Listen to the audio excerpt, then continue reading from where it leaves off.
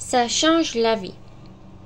À ma mère, ma grand-mère, mon oncle et pasteur Claude Biville, à André Marin, prêtre de mon enfance, et à tous les Gideons, ces hommes de foi en France et dans le monde, qui n'ont de cesse de semer la parole de Dieu. Ça change la vie. Voilà une exclamation qui pose question. Qu'est-ce qui peut changer la vie? D'ailleurs, avons-nous vraiment envie que notre vie soit changée? Ça dépend pourquoi. Non. Nous n'allons pas vouloir changer de vie pour quelque chose de pire, c'est sûr. Mais alors, si derrière ça se change la vie, il y avait quelque chose d'authentique, de vrai, le privilège ultime de le connaître, l'extraordinaire relation d'être près de lui, vivre de fantastiques moments de vie changés. Sommes-nous libres?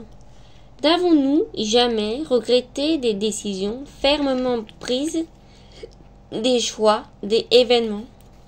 Sommes-nous toujours au contrôle de tout? Sommes-nous réellement libres? Vaste question. Parfois, n'avons-nous pas vraiment besoin de changement et de changements profonds? Qui peut changer radicalement, merveilleusement une vie, si ce n'est Dieu lui-même? Comment communiquer? Ce livre nous permet réellement de saisir ce qu'est une relation sincère. Parce que la relation authentique se trouve au-delà même des religions, à travers une vraie relation communicante. Comment communiquer vraiment avec lui? Comment faire? C'est à explorer d'ici. Du début à la fin de ce livre, vous découvrirez des cheminements différents, des questionnements comme celui du baptême, de l'amour, des anecdotes, des témoignages vivants et des expériences concrètes. Je vous invite à découvrir un idéal, un retour même à l'essence du christianisme, en saisir sa saveur première, transcender les religions pour atteindre l'idéal chrétien tel que nous était présenté à son origine. Chapitre 1. Mon témoignage ou l'itinéraire d'un petit bleu. Chaque vie est unique, un cheminement différent, des événements, des choix, des circonstances, des croyances, des rencontres, des convictions, les vôtres, les miennes, les nôtres. Avec ce livre, prenons le temps de faire quelques pas ensemble. Pour commencer, je vous invite à découvrir une partie de ma vie. Avant de devenir pasteur, j'étais loin de toute idée christianisme, presque par voie anti-religieuse. Tout d'abord, je voudrais dire que la personne qui a le plus marqué ma vie, spirituellement, fut ma grand-mère catholique. C'est elle qui est venue soutenir ma mère pour mon éducation à la mort de mon père, lorsque j'avais 4 ans. Sa mort, c'était peut-être une sorte de suicide déguisé, père que je n'ai donc pas vraiment connu. On m'a dit que c'était un homme courageux, volontaire et intelligent, mais qui a beaucoup fait souffrir son entourage. Il était parfois injurieux vis-à-vis de Dieu. À sa mort, ma mère a dû trouver un travail, et ma grand-mère est venue à son secours pour l'aider dans l'éducation du petit garçon que j'étais, dont le papa, m'a-t-on dit, était parti très loin, à Tahiti, où il allait revenir un jour, mais il n'est jamais revenu, évidemment. Bâtiment rose. J'habitais un immeuble d'une cité de la grande banlieue parisienne, à Creuil, sur le plateau. Un bâtiment magnifique tout rose. Le BR pour les uns, le bâtiment rose pour les autres. Pour nous, c'était le plus bel immeuble. On y avait parqué, au début des années 60, tous les pieds noirs venus d'Algérie, du Maroc et de Tunisie. Ma famille était pieds noirs, de Constantine en Algérie. Mes copains l'étaient aussi. Ils s'appelaient Eric, Alain, Florent, Achour et Ahmed. Mais il y avait aussi la bande Abébert. Et pas beaucoup de filles. Non, pas beaucoup de filles de notre génération. Une servante devant l'Éternel. Ma grand-mère était une femme sévère, mais toujours juste. Elle avait perdu son mari alors qu'elle avait 4 jeunes enfants de 8 à 12 ans. Elle avait dû endosser le rôle de père et de mère à la fois. Elle était surtout une femme de foi, et si aujourd'hui je suis pasteur, c'est certainement qu'elle a beaucoup prié pour ma vie. Elle avait servi les prêtres en Algérie plus de 10 ans. Notre recette du gâteau familial, c'est d'ailleurs un prêtre qui lui avait donné. Elle a aussi servi Monsieur Duval, qu'il aimait beaucoup. En 1984, il fut tellement ému d'apprendre ses problèmes de santé qu'il lui envoyait une belle lettre de soutien. Il a certainement été d'une grande influence sur elle, car c'était un homme de cœur qui ne mâchait pas ses mots pour défendre les plus faibles. Oui, c'était une femme de foi, s'en remettant toujours au Seigneur.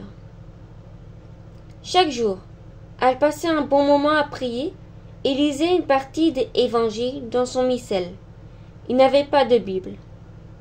Elle priait pour des personnes au nom de Jésus et parfois celles-ci étaient guéries. Je me souviens de toutes ces fois où elle priait avant le repas. Debout, alors que moi, rebelle et irrespectueux, je commençais à manger, tête baissée. C'était une femme de foi et elle m'a transmis sa foi, malgré moi. Valeurs. Ma grand-mère a su communiquer à toute notre famille des valeurs chrétiennes comme l'humilité.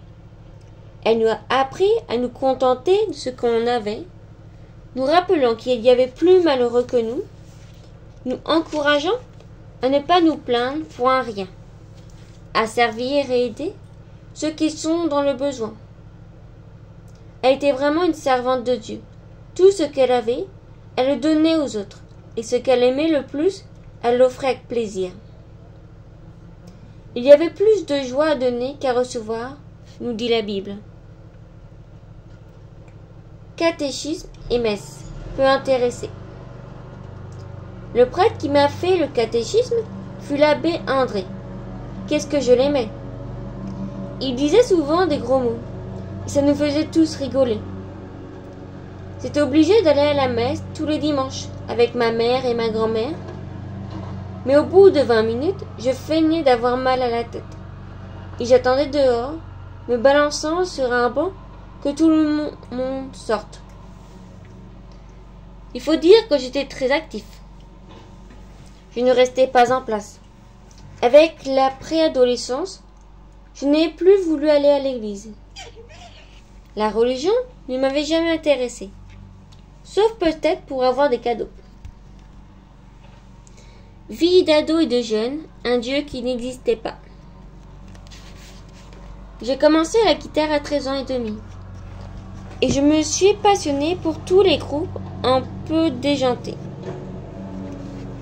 J'ai aussi commencé à fumer des pétards, par la suite à boire beaucoup. Franchement, l'église et Dieu, c'était très loin de mes préoccupations du moment. Pour moi, Dieu n'existait pas vraiment. Même si je sentais au fond de moi cette conscience du bien et du mal, et je pouvais constater que quand je faisais le bien, tout allait bien, alors que si je choisissais l'autre côté, ça allait moins bien. Je n'étais pas méchant. J'aimais mon prochain. Dans la cave, j'hébergeais des sans-abri en cachette. J'achetais un sandwich à ceux qui mendiaient. J'aimais rendre service. Je défendais toujours le plus faible. Je luttais contre le racisme. Puis la philo, ça m'a plu. Le père d'un de mes meilleurs amis, Yann, était prof de philo. Dès la 3e au collège, on en parlait souvent. Un livre m'avait particulièrement marqué. L'existentialisme est un humanisme de Sartre. Le lâche se fait lâche et le héros se fait héros. Trop facile de penser ça aujourd'hui, mais qu'est-ce que j'y croyais? Dieu n'existait plus. En revanche, mon existence était ponctuée par des fêtes bien arrosées et enfumées, des concerts à Paris. Je découvrais ce que je croyais être la liberté. Je commençais à dealer aussi un peu de hachis pour me payer du matériel de musique. Mais j'ai rapidement arrêté car un copain, suite à une garde à vue, m'a indiqué qu'il avait vu ma photo et que les policiers avaient cité mon nom. Il m'avait déjà fiché. Il fallait arrêter là, malgré tout l'argent facile que ça me rapportait. Rock Nord, Jésus, une légende. Puis ce furent les répétitions et les concerts, les groupes de rock.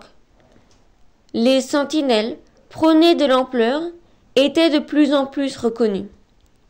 Des concerts partout en France, et quelques-uns ailleurs, jusqu'en Afrique du Nord, répétitions tournées, télé, journaux, albums.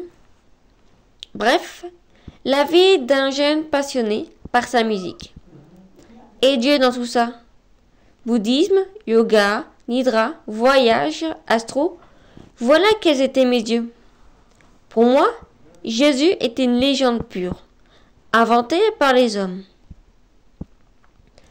Trop de morts. Le tableau n'était pourtant pas idyllique. J'avais perdu beaucoup de mes amis proches, par suicide, overdose, accident de voiture. Cela m'a beaucoup affecté. C'est terrible de retrouver morts des amis proches, intimes, pour une dose de poudre de trop, une crise de jalousie, un amour perdu, un coup de couteau reçu au ventre. Ils ne sont plus. Je revois parfois leur visage, leur sourire, quand, assis au bar, nous rêvions de changer le monde, nous parlions de politique et de société, de richesse et de pauvreté. Dépression et cris de désespoir. Puis, ce fut la rupture, la dépression grave.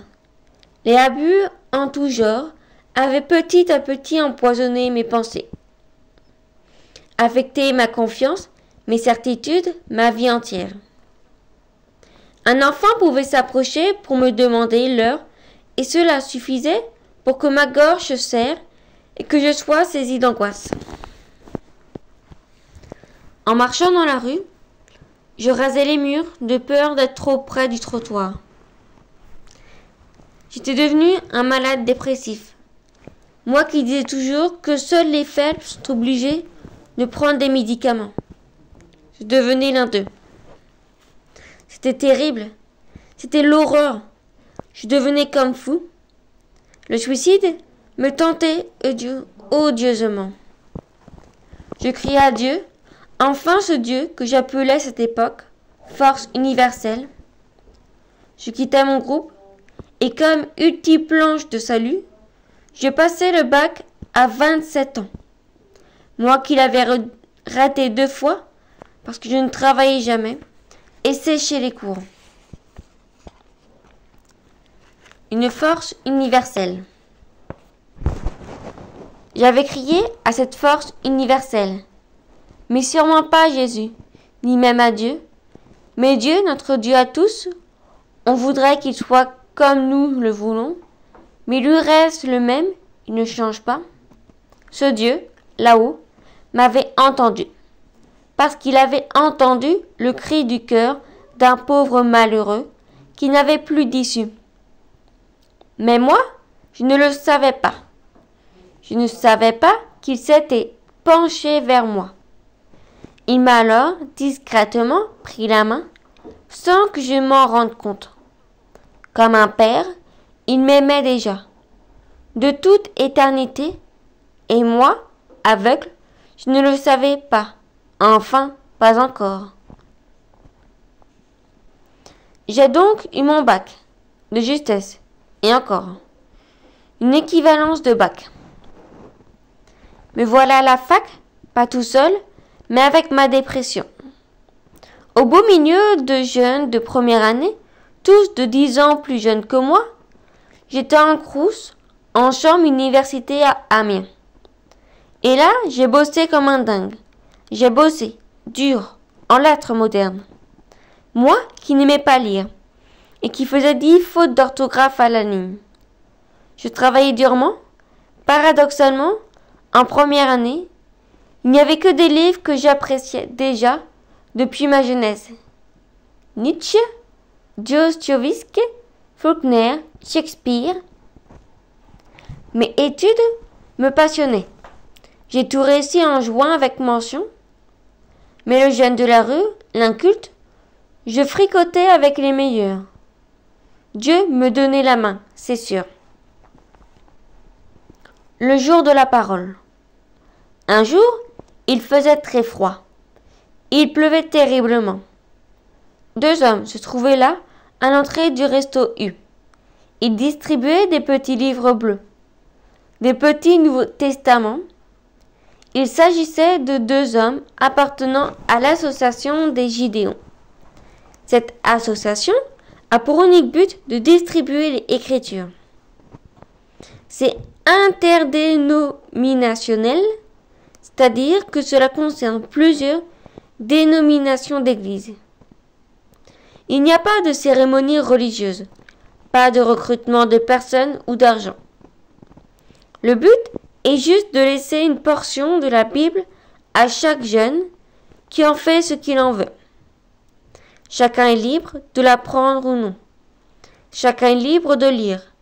Chacun est libre de croire ou de ne pas croire.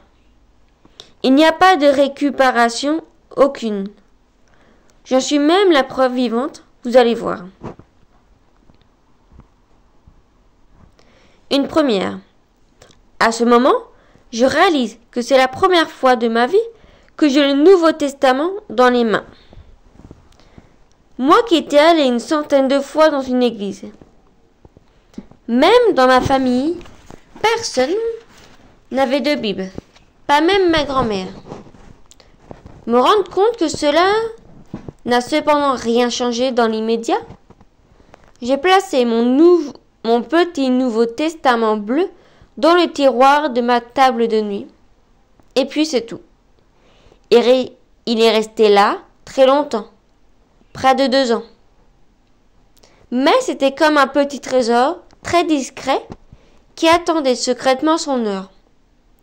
Une petite étincelle de lumière en attend d'un bon moment pour briller plus intensément.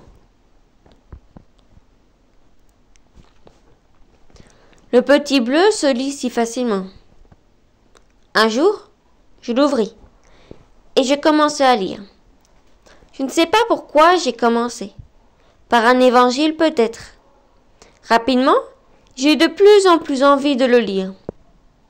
J'ai eu l'idée d'écrire une lettre à l'association des Gideons pour leur demander un petit Ancien Testament, car je le trouvais très pratique ce petit bleu. Je leur indiquais aussi qu'il favorisait pour moi ma réconciliation avec Dieu, que la foi commençait à naître. Je les ai remerciés.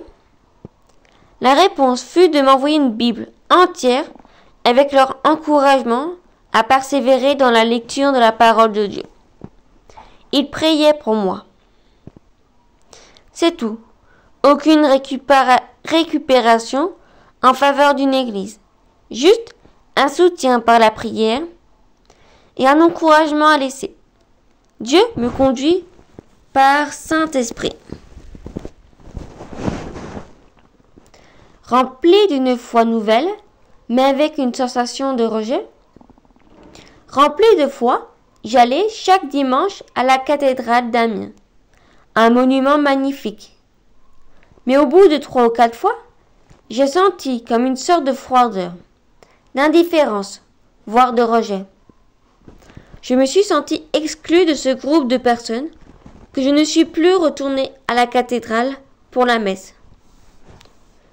Continuant à prier dans ma petite chambre universitaire et à clamer des spasmes de délivrance pour que ma dépression disparaisse.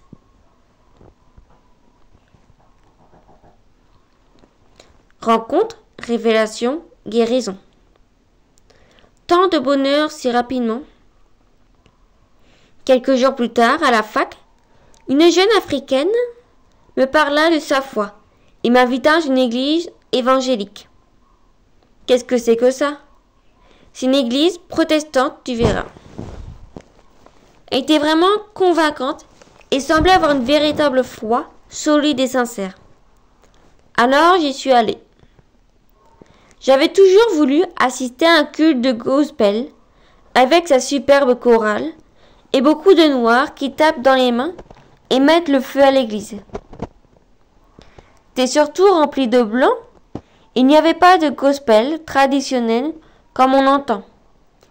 Mais ils tapaient tous dans les mains avec une joie profondément communicative. Il y eut un appel à venir devant pour la prière. Je me suis donc approchée. Et là, quand le pasteur a prié pour moi, j'ai senti tout l'amour de Dieu pour ma vie. Ma dépression semblait s'échapper.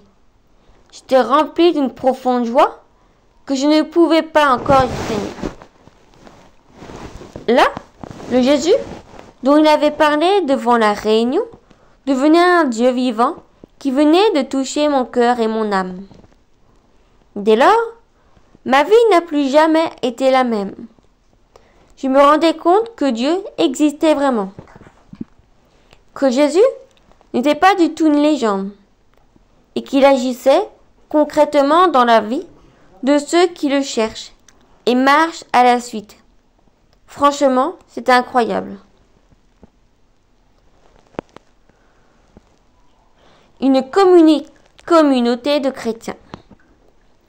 Je découvris une communauté de chrétiens, remplie d'amour, de joie et d'une foi profonde et vraie. Un dimanche, en quittant le culte, le pasteur me demanda quelles étaient mes impressions. Et je lui répondis que j'étais frappée par la foi authentique des gens. Je les entendais prier à haute voix juste ce qu'ils avaient dans leur cœur. Pas des prières toutes faites. C'était pour moi une démarche profondément sincère. Je me souviens d'un homme qui venait à chaque fois me saluer chaleureusement à la fin du culte. Je me souviens des jeunes étudiants africains avec lesquels j'allais manger ce délicieux plat qu'est le saka saka. Je découvrais des chrétiens qui pratiquaient naturellement la communion fraternelle, mangeant ensemble régulièrement, priant ensemble, lisant un passage biblique, le commentant ensemble. Nous allions rendre visite à une dame âgée et seule, aider un tel dans une démarche administrative. Chacun apportait aussi le témoignage d'une guérison, d'un exaucement, d'une intervention de Dieu dans sa vie. Du vrai, du concret. C'était ce qu'il me fallait, une vie normale de chrétien.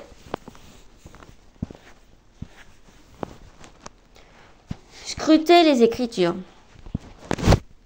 Dès que certaines choses m'interpellaient, on me montrait que les premiers chrétiens vivaient ainsi et que tout ce que je voyais et commençais à vivre se trouvait dans la Bible.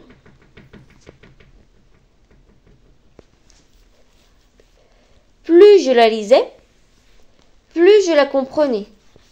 Car il faut bien le dire, au début, cela paraissait assez absurde.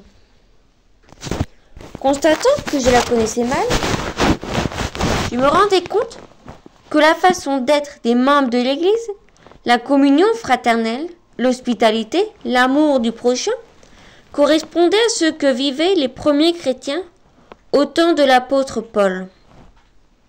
Je comprenais que le Saint-Esprit, qui avait été promis par Jésus dans les Écritures, et que les premiers chrétiens avaient reçu, avec les différents dons, était une réalité encore aujourd'hui du XXIe siècle. J'avais entendu parler de lui. Maintenant, mes yeux l'ont vu. C'était pour moi le moment d'une véritable conversion, d'un choix fondamental et personnel. Suivre Jésus et obéir à ses commandements.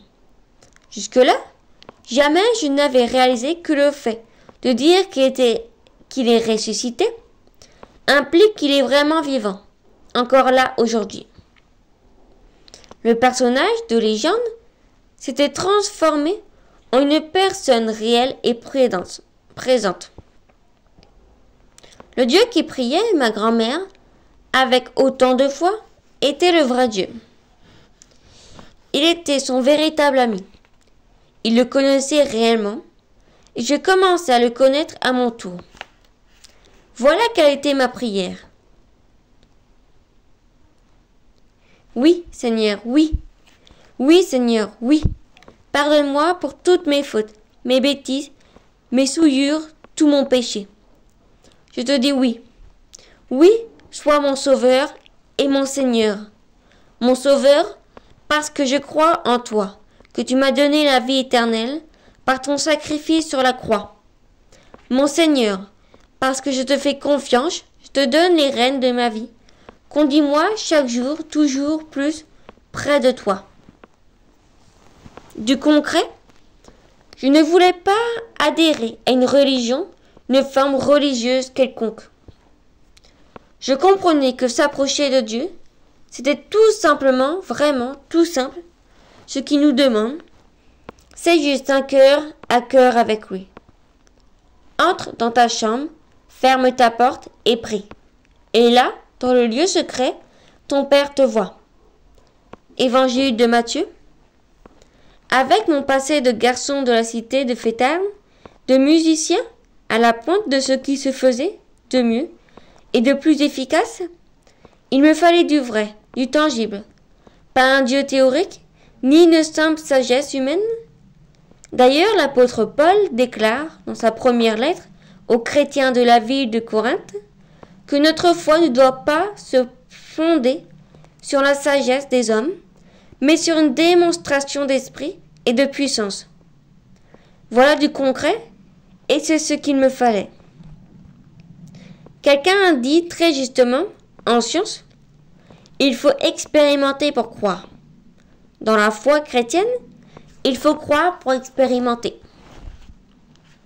À partir de cet instant, je découvrais les prières et les exaucements qui l'accompagnent. Quelle joie de le voir nous répondre.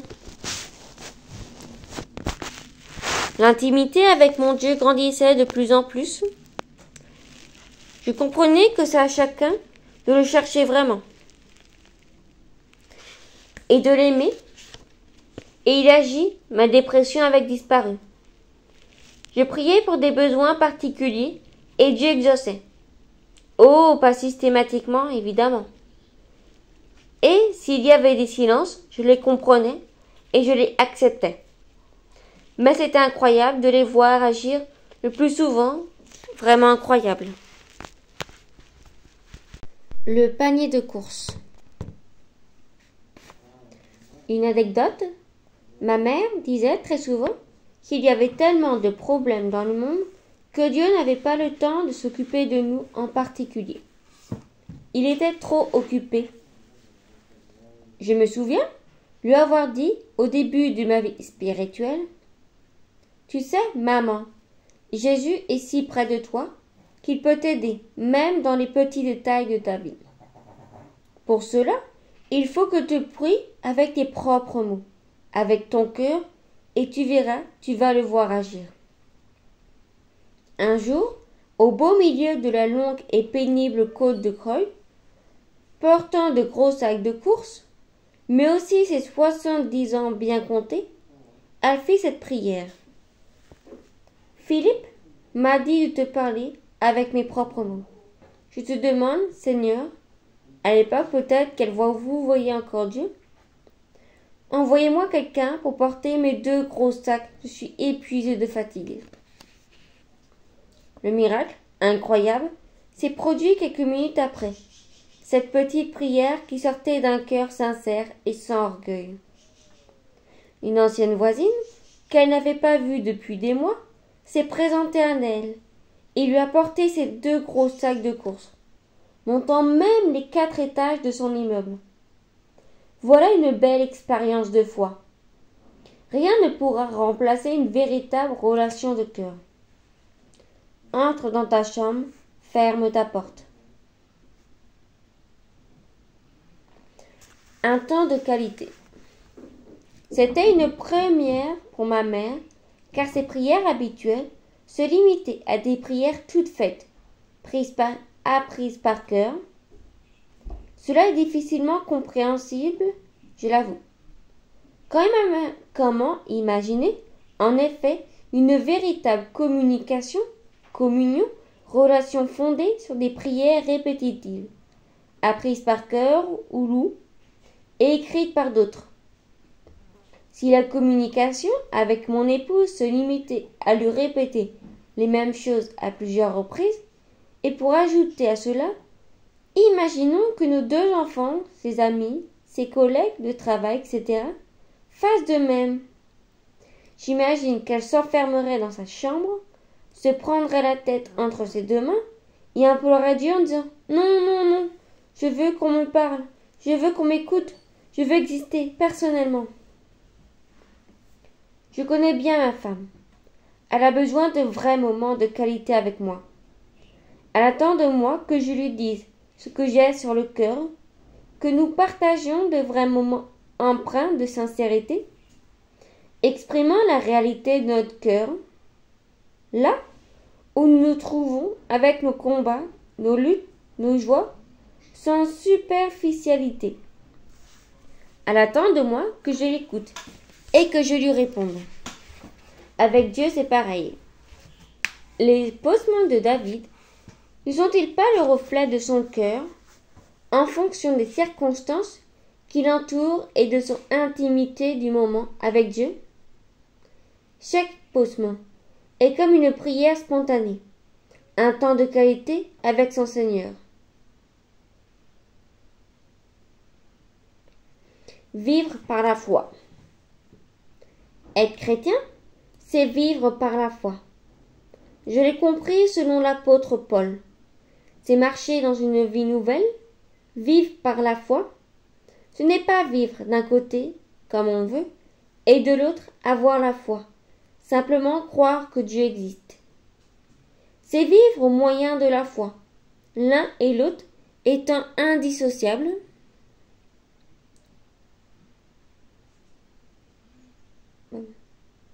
La foi devient le moyen de vivre. Cela signifie s'en remettre à Dieu dans nos choix de vie personnels et, autant que cela est possible, réaliser quelle est sa volonté, la laisser s'accomplir dans notre vie. Nous laissons Dieu prendre les décisions à notre place, parce que nous sommes dans un véritable rapport de confiance. Et comme le dit l'apôtre Paul, toute chose concourt au bien de ceux qui aiment Dieu. Ou encore, Jésus qui déclare « Cherchez premièrement le royaume de Dieu, et toutes choses vous seront données par-dessus. » Évangile de Matthieu. Quel bonheur de marcher selon la volonté de notre Père. Parfois, cela n'est pas facile, mais lui seul sait ce qu'il y a de meilleur pour nos vies. Décision personnelle. Comme pour l'apôtre Paul, les conversions est un moment de décision personnelle, qui implique de marcher sur les voies que Jésus prévoit pour nous.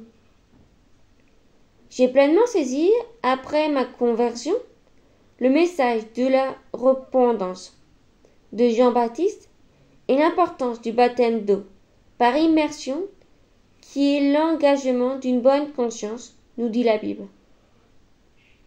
Tout changeait dans ma vie.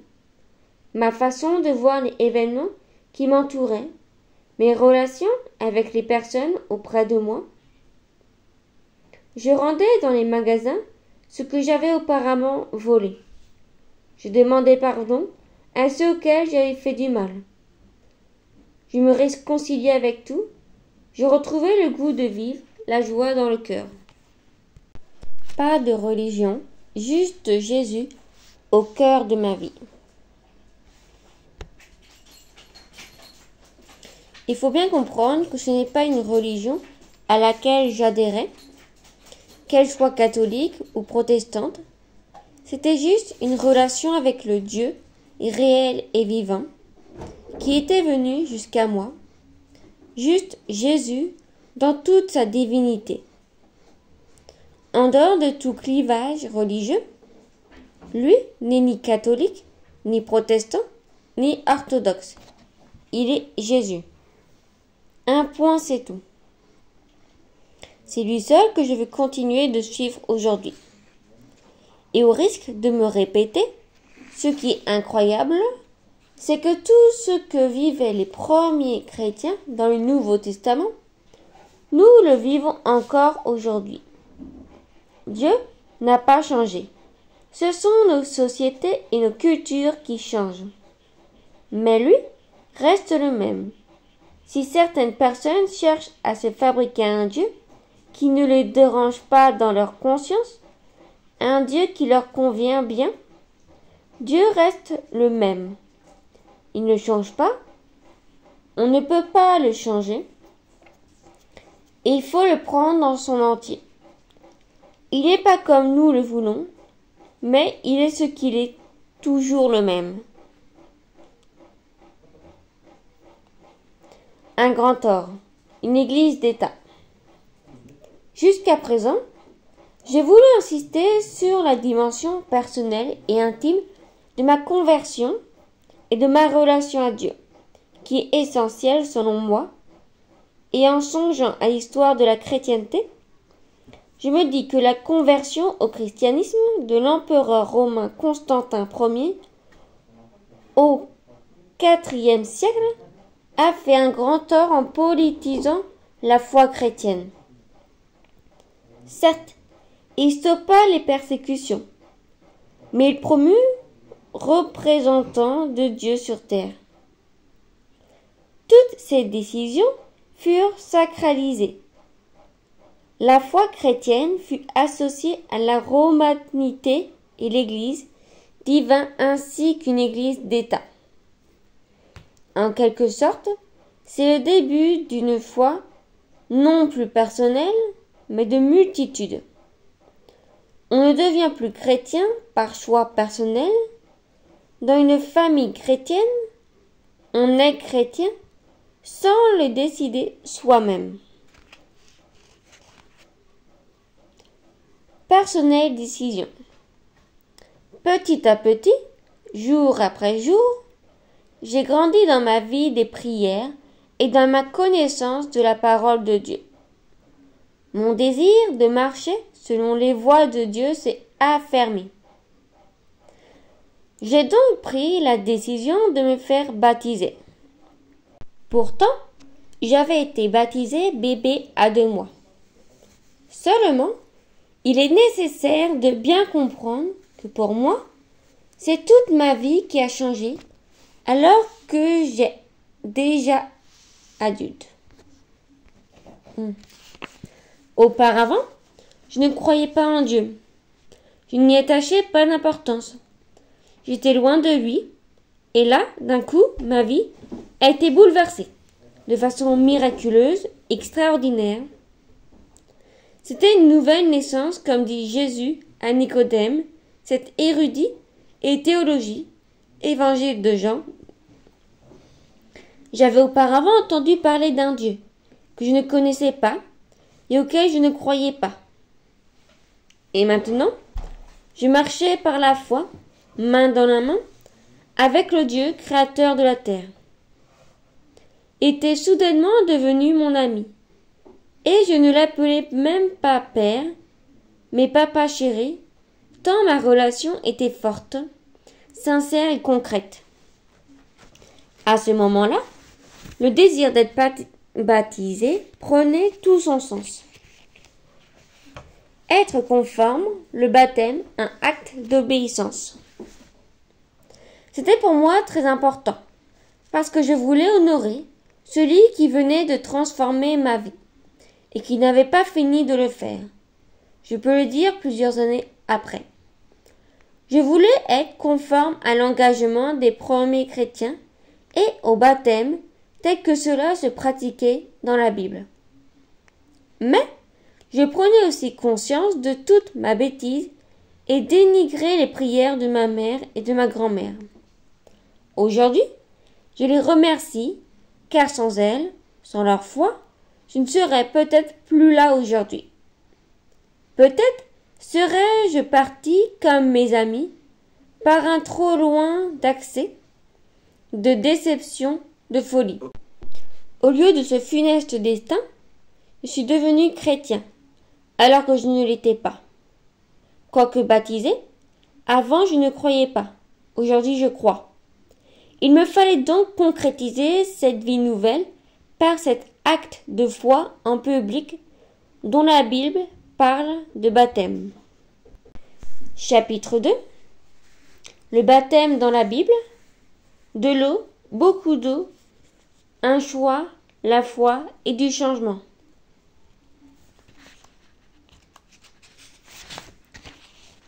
Pourquoi un chapitre sur le baptême? C'est en discernant toute la portée spirituelle du baptême, tel qu'il a été institué par Jésus, que nous pourrons saisir le véritable sens de la foi chrétienne.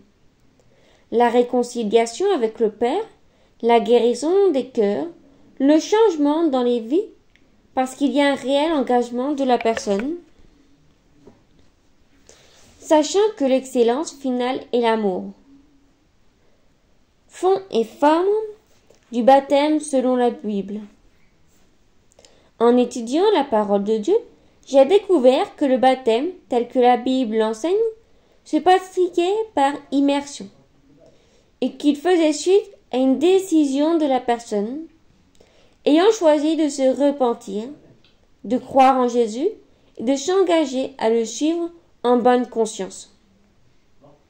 Les bébés ne sont donc jamais baptisés dans la Bible.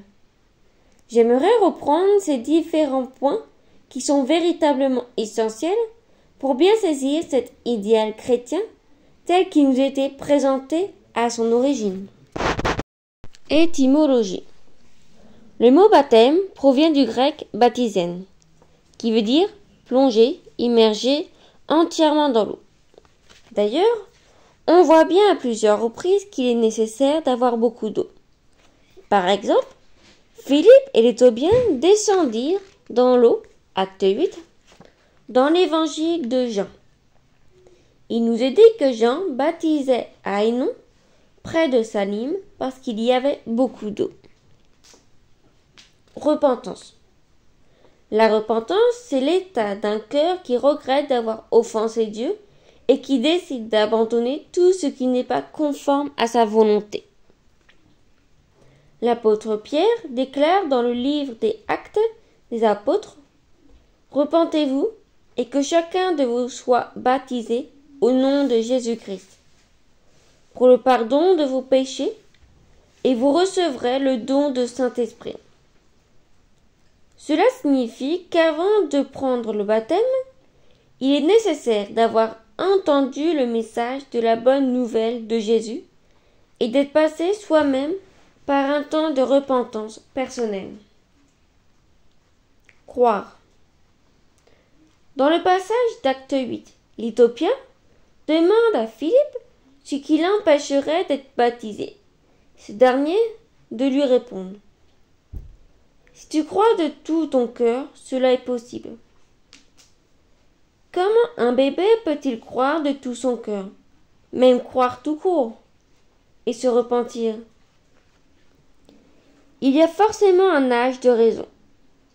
Jésus a été présenté au temple à sa naissance, pour recevoir pour la prière, la protection et la bénédiction de Dieu. Mais lui, qui n'avait pas péché face à Jean-Baptiste, il demanda lui-même le baptême. En avait-il vraiment besoin? Bien sûr que non, mais Jésus dit à Jean-Baptiste qu'il est nécessaire d'accomplir ce que Dieu demande. Engagement.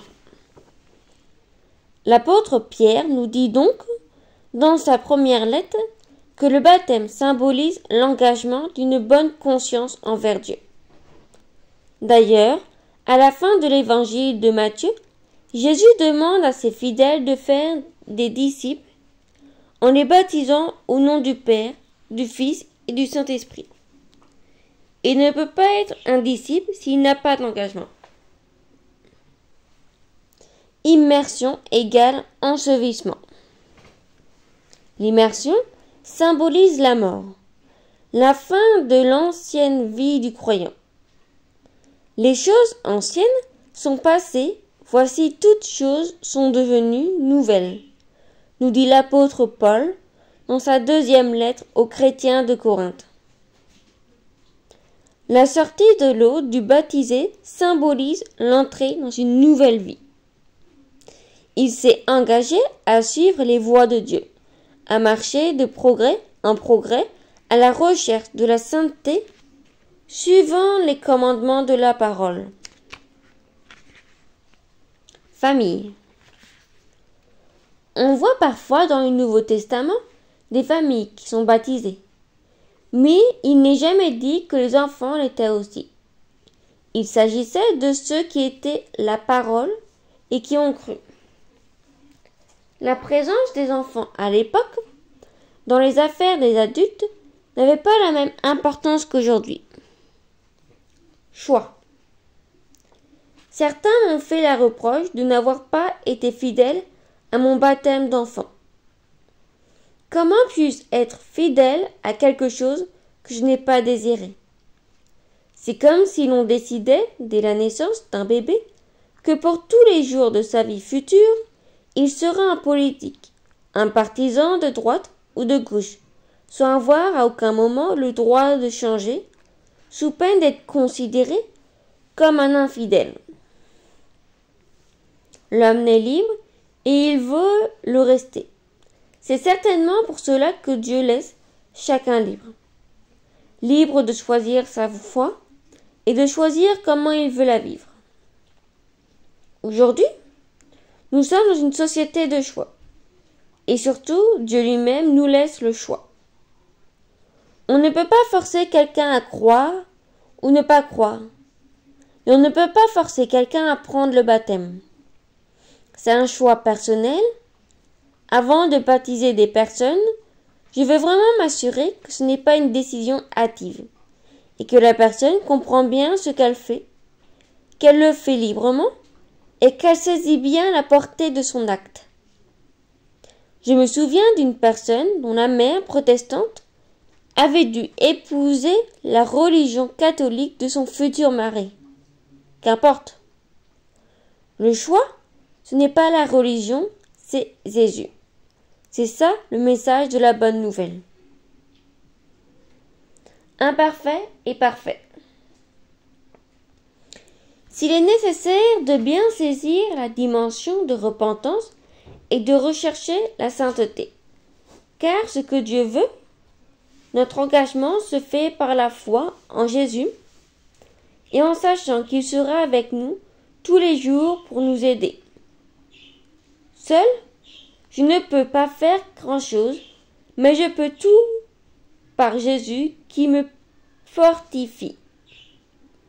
Il ne faut pas attendre d'être parfait pour demander le baptême. En effet, ce serait peine perdue. Nous ne le serons jamais dans ce corps de chair, mais nous pouvons rechercher la sainteté. Et le Seigneur nous transforme petit à petit par son esprit. Le baptême, c'est donc avant tout l'engagement d'une bonne conscience à marcher avec Dieu. Dans cette attitude de cœur, s'il nous arrive de faiblir, de chuter, nous sommes interpellés par l'Esprit. sur notre conduite? Si nous demandons pardon à Dieu, il est fidèle et juste pour nous pardonner, car il ne se lasse pas de pardonner. Les occasions de chute sont innombrables. La tentation sera toujours là, ce qui fait la différence. C'est bien notre volonté de la suivre, quoi qu'il en coûte, malgré nos erreurs et nos faiblesses. Le plus important est de toujours reconnaître toute faute, nos fautes, et de chercher à progresser dans notre vie spirituelle. Le publicain et le pharisien. Jésus nous a laissé une belle illustration dans Luc 18:9-14 qui met en scène un publicain, quelqu'un qui prélève les impôts, et un pharisien, une personne qui respecte rigoureusement les principes traditionnels et religieux.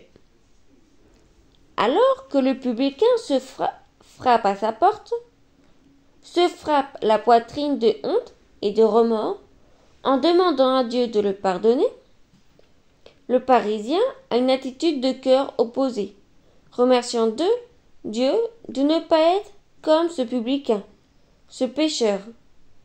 C'est le premier qui sera justifié plutôt que l'autre, puisque, encore une fois, c'est l'engagement d'une personne consciente qui prévaut.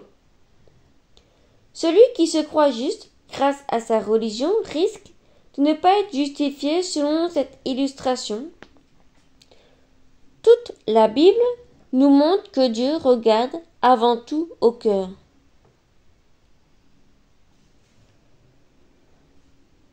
Une lumière sur notre sentier. Le baptême est comme un point de départ, pas une fin en soi. Et dans sa marche vers la sainteté, il est nécessaire que tout chrétien lise, médite, chérisse et mette en pratique la parole que Dieu nous a donnée. Elle devrait être vraiment la priorité dans notre marche chrétienne. C'est comme si quelqu'un cherchait à conduire une voiture sans connaître le code de la route. La Bible nous parle de Dieu comme d'un Père d'amour, dont la grâce est infinie pour chacun de nous. Méditer la parole, c'est mieux le connaître, car c'est lui qui parle à travers elle. Notre bonheur dépend de notre compréhension intime, de ce que Dieu veut nous dire par sa parole, et, surtout, de notre volonté à obéir à cette parole vivante, au message d'amour de Dieu. Chapitre 3. Amour, amour, amour. C'est bien l'amour de Dieu qui m'a poussé à prendre le baptême. Je m'attachais de cœur à mon Père, si présent maintenant dans ma vie.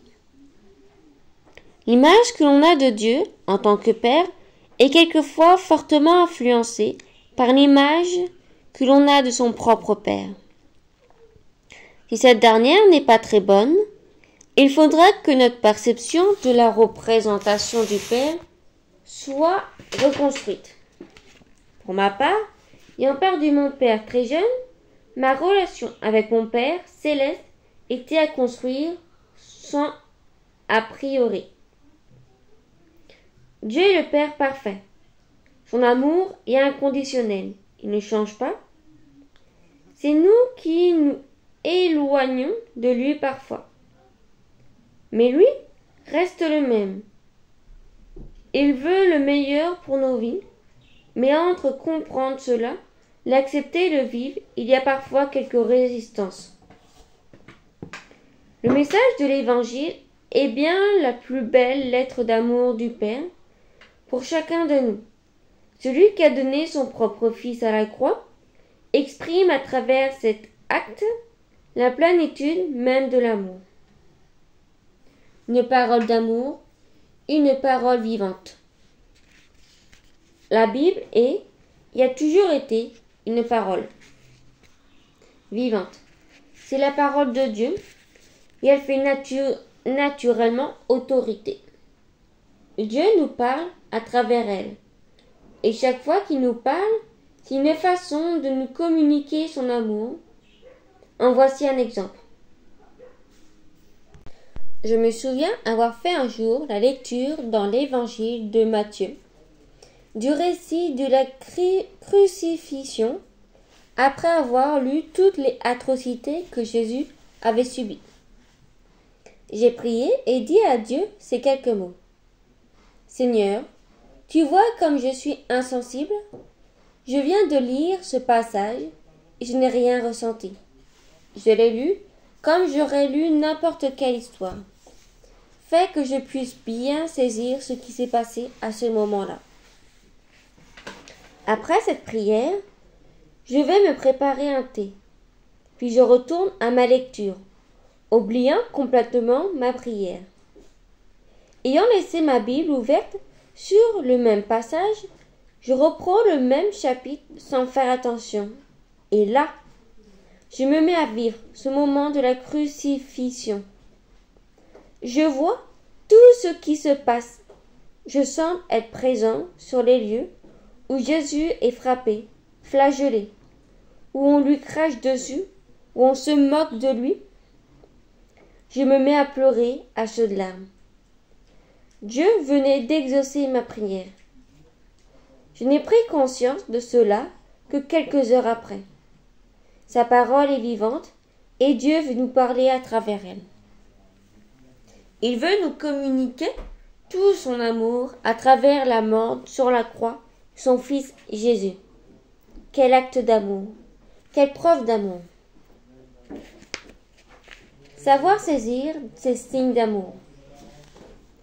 Si la crucifixion de Jésus est bien l'acte suprême de l'amour de Dieu pour chacun de nous, chaque signe peut être interprété comme une main d'amour tendue par le Père. Si Dieu parle à travers sa parole, on peut parfois ne pas saisir ce qu'il nous dit, ou même ne pas vouloir saisir. Je me souviens avoir un jour hébergé mon ami d'enfance, Yann, dont mon père était prof de philo. Alors que je lui témoigne de ma foi nouvelle, il me déclare avoir été choqué un jour par la lecture de sa Bible familiale, d'un verset de l'Ancien Testament qui parlait des esclaves. Très souvent, pendant plusieurs années, quand il remarquait sa Bible sur l'étagère, il avait cherché à retrouver ce verset sans jamais y parvenir.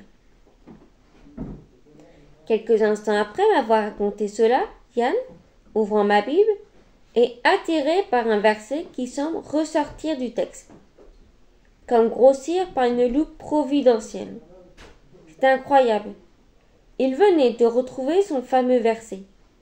Dieu, par amour, lui faisait un signe, lui tendait la main, comme s'il voulait lui dire « Tu vois, j'existe, allons un peu plus loin ensemble. » Cela remettait en question toute sa perception de la vie, le bien, le mal, Dieu, la création du monde.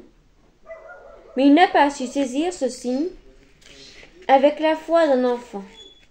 Tout simplement, mettre de côté toutes ces idées philosophiques trop enracinées depuis des années dans son intelligence. Il se laissait emmener un peu plus loin à la découverte de l'amour de Dieu. Il a reconnu qu'il venait de vivre quelque chose d'extraordinaire. Mais il a préféré mettre cela de côté et ne pas y penser. Pourtant, chaque signe est comme une main d'amour tendue par Dieu. L'amour est interdit, croire en Dieu ou marcher avec Dieu. Tout le monde peut croire en Dieu sans que cela ne change quoi que ce soit. Mais marcher avec Dieu, c'est lui faire confiance pour sa propre vie, il y a du changement. Yann peut croire en Dieu, mais il n'a pas voulu aller plus loin et marcher avec foi et confiance en lui. La différence est essentielle. Cette différence se traduit aussi par la distinction entre la religion et la relation avec Dieu. Les religions ont souvent déclaré « Ne fais pas ci, ne touche pas à cela ». Chacun imagine les religions comme une addition d'interdits, ou bien comme une multiplication d'actes à accomplir. De façon de faire, c'est être loin d'une véritable relation de cœur avec Dieu. La différence est capitale. Je peux croire en Dieu et subir une relation avec tous ses interdits et ses rituels mécaniques, ou bien je marche avec Dieu et je développe avec lui une relation d'amour et de confiance. Et dans ce cas, je sais qu'il y a des choses qui ne sont pas bonnes pour ma vie. Eh bien, par amour, je vais m'en abstenir tout naturellement, sans me sentir obligé. L'illustration suivante est très parlante. Amour ou obligation? Un homme et sa femme ne s'aimaient plus vraiment. Le mari était très exigeant, au point qu'il prépara pour son épouse une liste de règles à suivre. Il insistait pour qu'elle la lise tous les jours et obéisse à la lettre. C'est fait ceci, il ne fait pas cela, indiquait aussi les détails tels que l'heure à laquelle elle devait se lever le matin, quand son petit déjeuner devait être servi, et comment le ménage devait être fait, etc. Après plusieurs jongles années, le mari mourut. Bien plus tard, cette veuve tomba amoureuse d'un autre homme et ils se marièrent. Comme il l'aimait tendrement, ce mari faisait tout ce qu'il pouvait pour rendre son épouse heureuse, lui manifestant sans cesse des marques d'affection. Un jour, elle nettoyait la maison. Elle retrouva dans un tiroir les tâches et les devoirs imposés par son premier mari. Elle en fit la lecture pour se rendre vite compte que même en l'absence de liste ou d'obligation, elle accomplissait finalement pour son second mari tout ce que la liste du premier exigeait. Elle était si consacrée à celui qu'il aimait que son désir le plus profond était de lui plaire par amour et non par obligation. Où se trouve l'amour? Tous les interdits et les obligations peuvent nuire à notre perception de la vie religieuse, même dès notre enfance. Ainsi, un grand nombre de personnes se disent athées, bien qu'elles aient suivi, enfant, un enseignement chrétien. D'autres, au contraire, peuvent même ressentir un sentiment de rejet, voire de colère, pour tout ce que peut représenter le christianisme. Ces personnes-là ont une image faussée de ce qu'est réellement la foi chrétienne. Image provoquée si souvent par une sorte de froideur morale et mystique, revêtant l'apparence d'une spiritualité, mais sans la puissance de l'amour véritable de Dieu. À l'excès, ces interdits et ces obligations, sans amour, peuvent générer différentes formes d'extrémistes religieux qui, malheureusement, ont créé partout des blessures profondes dans les cœurs et dans les vies à divers degrés et de diverses façons. À leur paroxysme, les extrémistes religieux sont très loin du véritable message biblique de Jésus, ont aussi fait couler beaucoup de sang. N'est-ce pas au nom de Dieu que les croisés sont partis pour imposer leur religion d'État, ne laissant d'alternative à quiconque? N'est-ce pas aussi au nom de Dieu que des extrémistes, au temps de la Réforme, ont massacré des villages entiers? N'est-ce pas encore au nom de Dieu que des extrémistes religieux se font kamikazes afin de tuer quelques infidèles à leurs yeux? Aucune religion n'est exempte d'extrémisme, où se trouve l'amour de Dieu et l'amour du prochain dans ses actes. Dieu nous invite à rechercher l'amour. L'amour du prochain. Voici un fait authentique. Aux Indes, une foule de voyageurs attendant le train en gare avait envahi le quai. Sans une sous une chaleur accablante, un vieillard qui s'était aventuré sur la voie tomba au milieu des rails, frappé d'insolation. Personne n'osa bouger, car certains signes montraient que le malheureux appartenait à la case des intouchables, que la société rejetait et qui sont destinés aux travaux les plus pénibles et les plus déshonorants. On entendait au loin un train qui approchait à vive allure. Et cependant, toujours la même indifférence. Mais un chrétien qui venait de pénétrer sur le quai réalisa l'horreur du drame qui allait se produire. Se précipitant sur la voie, il saisit le vieillard à bras-le-corps et le tira hors de danger, juste au moment où le train passait. « Pourquoi laissez-vous cet homme sur la voie ?» demanda-t-il au hindou qui était resté pensif. « Ce n'est qu'un paria, » répondirent-ils, « et notre religion nous interdit de toucher un tel homme. »« Et moi ?» reprit le chrétien. « Mon Dieu veut au contraire que je le sauve. » L'amour divin dépasse le simple clivage des religions. Tôt ou tard, il nous arrivera d'être déçus par la religion, mais jamais par l'amour de Dieu. La force de l'amour. Quel magnifique passage dans la Bible. L'amour est patient, l'amour est serviable.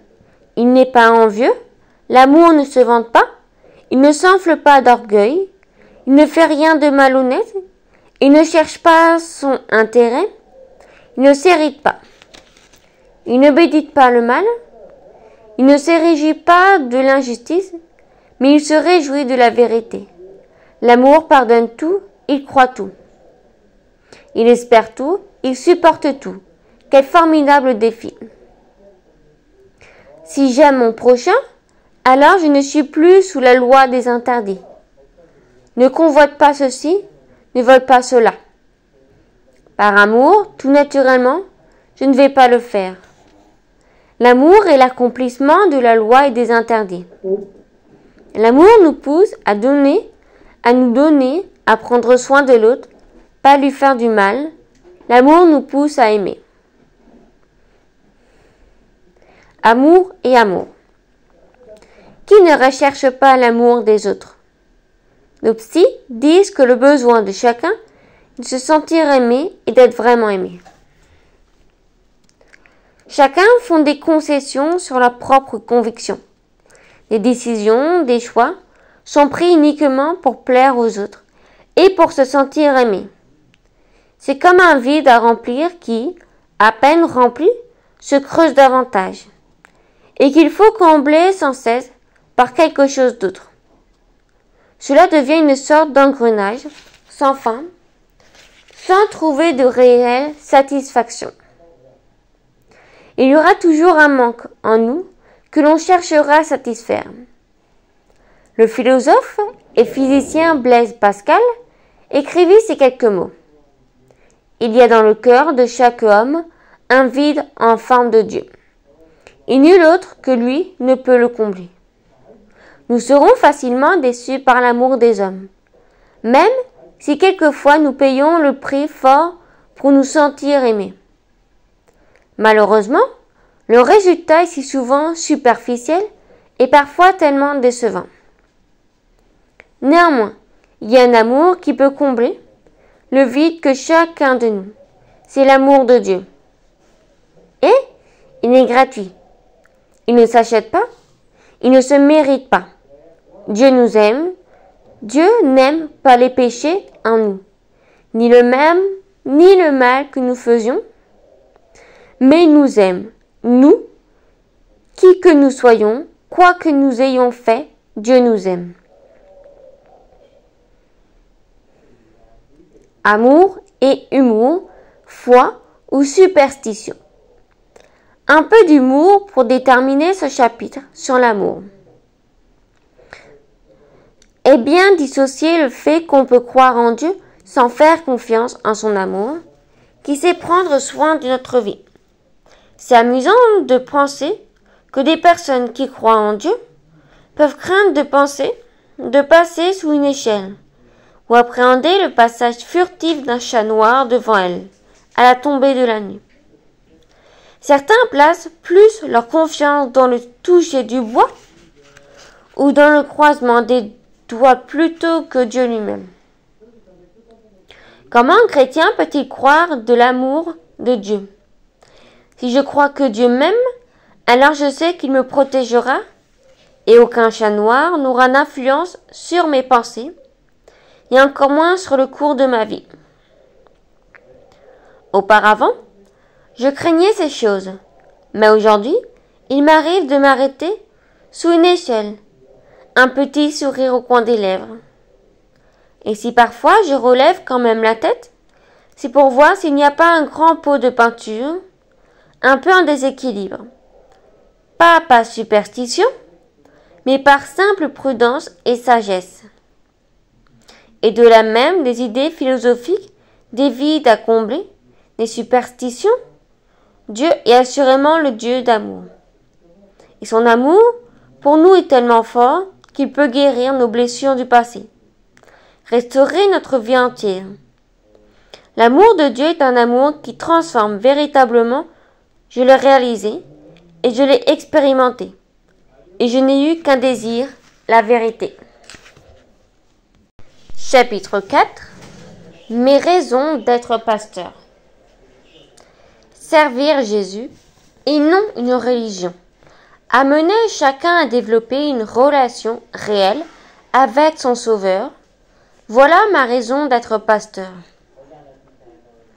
Quand j'ai découvert que celui dont on disait qu'il est ressuscité était vraiment vivant et qu'il pouvait intervenir dans des vies de façon extraordinaire, alors, poussé par le désir de secourir mon prochain, j'ai ressenti au plus profond de moi l'appel de servir Dieu, comme tant d'autres. J'ai donc aussi pris conscience que la plupart de mes amis décédés seraient certainement présents aujourd'hui, s'ils avaient su et cru que Dieu existait et, surtout, s'ils lui avaient confié la direction de leur vie. L'amour de mon prochain est la volonté de voir des vies transformées par la présence de Dieu. Voilà le seul moteur de ma vocation. Il n'y a rien qui me rend plus heureux que savoir un homme dépressif devenir libre de sa dépression. Un alcoolique être libéré de l'alcool. Un couple sur le point de se séparer découvrir le Seigneur de la parole de Dieu et reconstruire ensemble ce qu'il était en train de détruire. Des jeunes complètement dépendants de la drogue, celle qui vous emprisonne et vous fait croire à un paradis factice. Voir ces jeunes lever les bras en l'air de joie, libres de tout. Voilà mes rêves, voilà mon rêve, celui de voir l'Évangile transformer les cœurs, restaurer les vies. Voilà ma seule et unique motivation, voilà ma vocation. Je ne sers pas une religion, je sers le Seigneur qui a transformé ma vie. Et, à mon tour, je me régale à voir des vies transformées, comme dans l'exemple qui va suivre. Aujourd'hui, l'eau n'est plus changée en vin. Voici une histoire, je ne sais pas si elle est vraie, mais elle reflète complètement le travail du Saint-Esprit en chacun. Tu ne veux quand même pas me faire croire que la Bible est la vérité, disait un homme à un collègue de travail, ancien alcoolique devenu croyant. Mais si, tu crois en tout? Oui, bien sûr. Que Jésus a changé l'eau en vin, par exemple? Bien sûr, je peux même t'en donner la preuve. Intrigué, l'homme suit son ami. Le soir, après le travail, ancien compagnon de fête, il le connaît bien. L'homme l'introduit dans son logement, qui ne ressemble plus à rien à l'appartement d'autrefois. Tout est net, les meubles sont neufs. Interloqué, il lui demande « Est-ce que tout cela est à toi ?»« Oui, répond l'homme. Et voilà la preuve de ce que je te dis. Le Seigneur a changé l'eau en vin. Chez moi, Il a changé le vin en meuble, car tout l'argent que je dépensais autrefois à boire m'a servi à acheter ces meubles. Voilà donc une illustration qui montre bien la transformation qui est à vivre lors d'une conversion. Et l'histoire qui suit est, quant à elle, bien réelle. Voici un exemple de ce que j'ai pu vivre en tant que pasteur. Lumière au-delà, lumière au-dehors. Un jour, je suis allée chez quelqu'un, un peu en marge. Il vivait dans un studio, dans une sorte de foyer social. Chez lui, la tapisserie était en lambeaux, tout comme les draps de son clic-clac, toujours dépliés, qui lui servaient de lit. Quelques restes de vomi séchés çà et là. Une montagne de vaisselle débordait du lavabo. Un peu partout, gisaient des restes antiques, d'une pitance mal digérée. Petit à petit, grâce à la lecture de la parole de Dieu et à la communion fraternelle à l'Église et entre amis, l'amour de Dieu a comme percé son cœur et éclairé son âme. Comme c'est merveilleux. Peu à peu, sa foi a transformé sa vie. Son visage s'est épanoui. Le papier peint a été refait. Les meubles changés. La vaisselle et sa toilette étaient régulièrement faites. Il a retrouvé du travail. Aujourd'hui, sa vie n'est plus la même. Et ce n'est pas sa pratique religieuse qui a produit cela, c'est le fruit de l'esprit. Il ne s'agit pas de religion, et je ne défends pas une religion en tant que pasteur. Il s'agit de vivre une relation avec son Dieu. Comment faire pour différencier les actes religieux de ceux qui réveillent une relation profonde et sincère? Voyons cela maintenant avec plus de précision. Chapitre 5. Communiquer vraiment.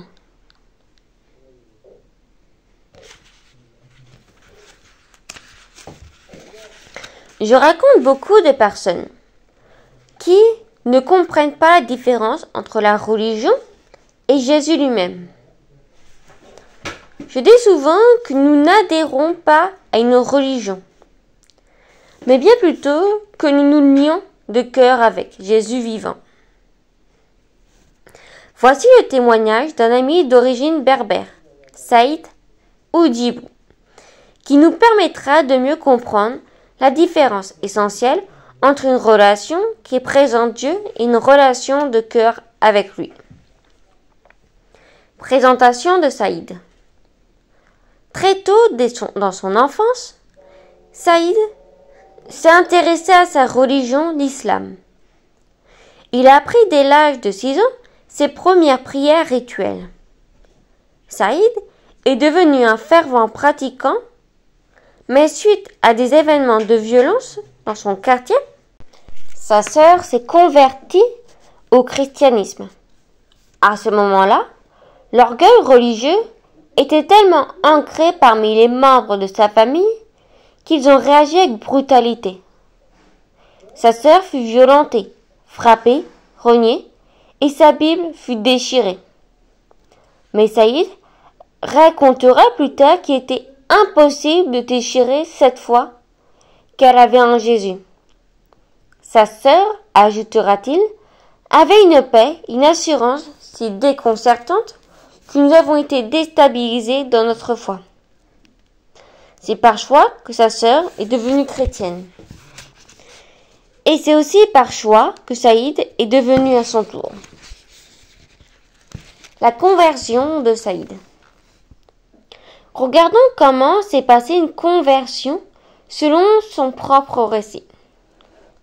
Un jour, ma mère m'a demandé de faire l'espion et d'accompagner ma sœur à son église. Et là, je n'y ai vu que de l'amour, de l'authenticité, de la vérité. J'ai été saisie d'une crainte respectueuse d'un tel endroit. La question cruciale pour moi était de savoir si les chrétiens avaient raison. Le doute m'obsédait. J'avais le doute dans la pratique de l'islam ne m'avait saisi autant qu'à ce moment-là. Si nous avons tort, et si l'on raison, ça veut dire que je peux passer toute ma vie à côté de l'essentiel. Il s'est déclenché dans mon cœur une véritable guerre, un véritable combat, une peur aussi. J'ai comparé les deux religions avec attention. J'ai observé les chrétiens, j'ai sondé la Bible du début à la fin. Mais la seule personne qui m'a convaincu, c'est le Saint-Esprit qui a attesté à mon esprit que je pouvais devenir enfant de Dieu par la foi. C'était quelque chose pour moi de bouleversant. Je pensais que je devais devenir meilleur, faire des œuvres qui me préqualifiaient à chaque fois que je commettais un péché. Ayant bâti ma vie sur des lois, et là je vois une autre loi qui ne regarde pas à mes qualités ou défauts, mais qui m'accepte indépendamment de mes dons, de mes origines, de ce que je peux faire. Cette loi, c'est la grâce, la tristesse qui envahissait mon cœur rebelle. Orgueilleux, dur, religieux, a laissé la place à l'amour de Jésus dans ma vie. Je venais d'expérimenter ce que signifiait vraiment la croix. Besoin d'une vraie relation. Ce qui m'a poussé à entrer dans cette expérience, c'était vraiment le besoin d'une vraie relation avec Dieu. Et aujourd'hui, cette vraie relation avec Dieu me donne de vraies relations avec les hommes. J'avais besoin de certitudes. J'ai puisé ces certitudes dans la Bible. Je suis vraiment convaincue de l'autorité du message biblique. J'avais besoin de savoir où j'allais après la mort. Aujourd'hui, j'ai une conviction inébranlable de la certitude de mon défaut, de mon salut. La religion blanchit la surface, mais l'Évangile transforme les cœurs. Les religions prennent l'homme et le laissent tel qu'il est. Mais l'Évangile de Jésus fait de nous ce que nous devons être. Religiosité ou relation.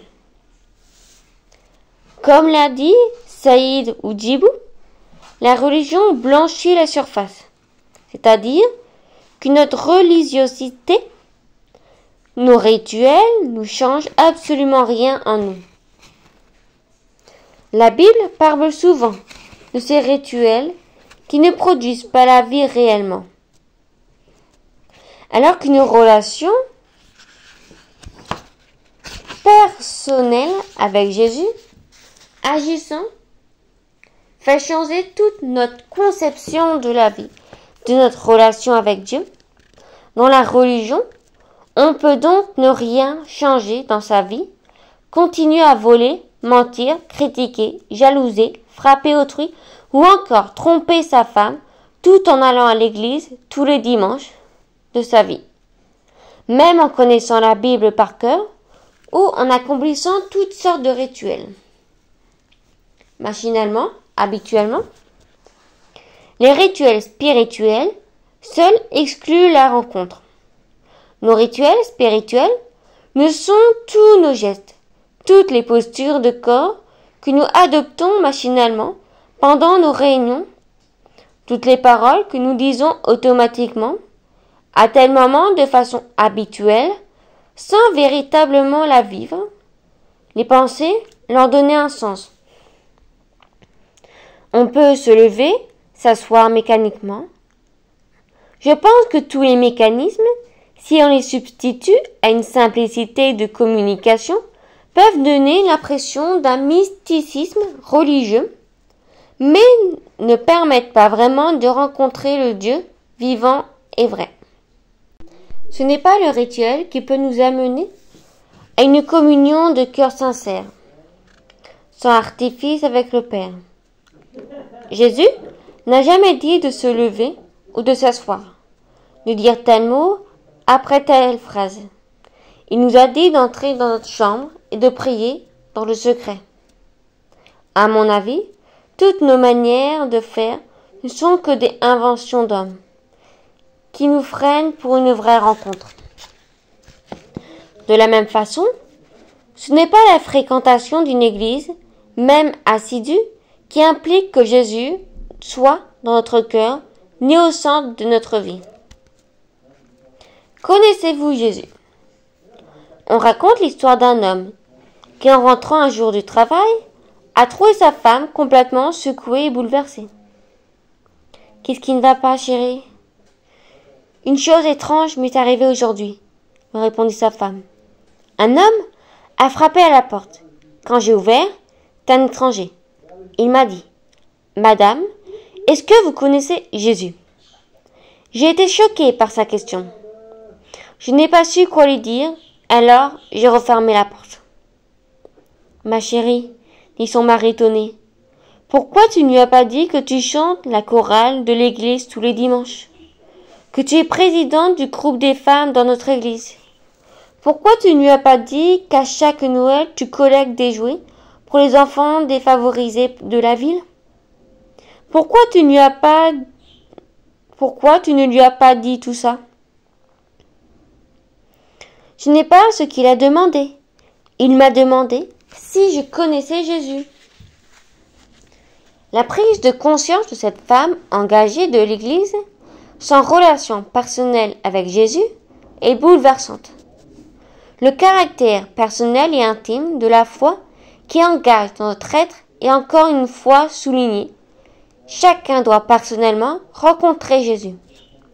Cela ne se fait ni par procuration, ni par filiation.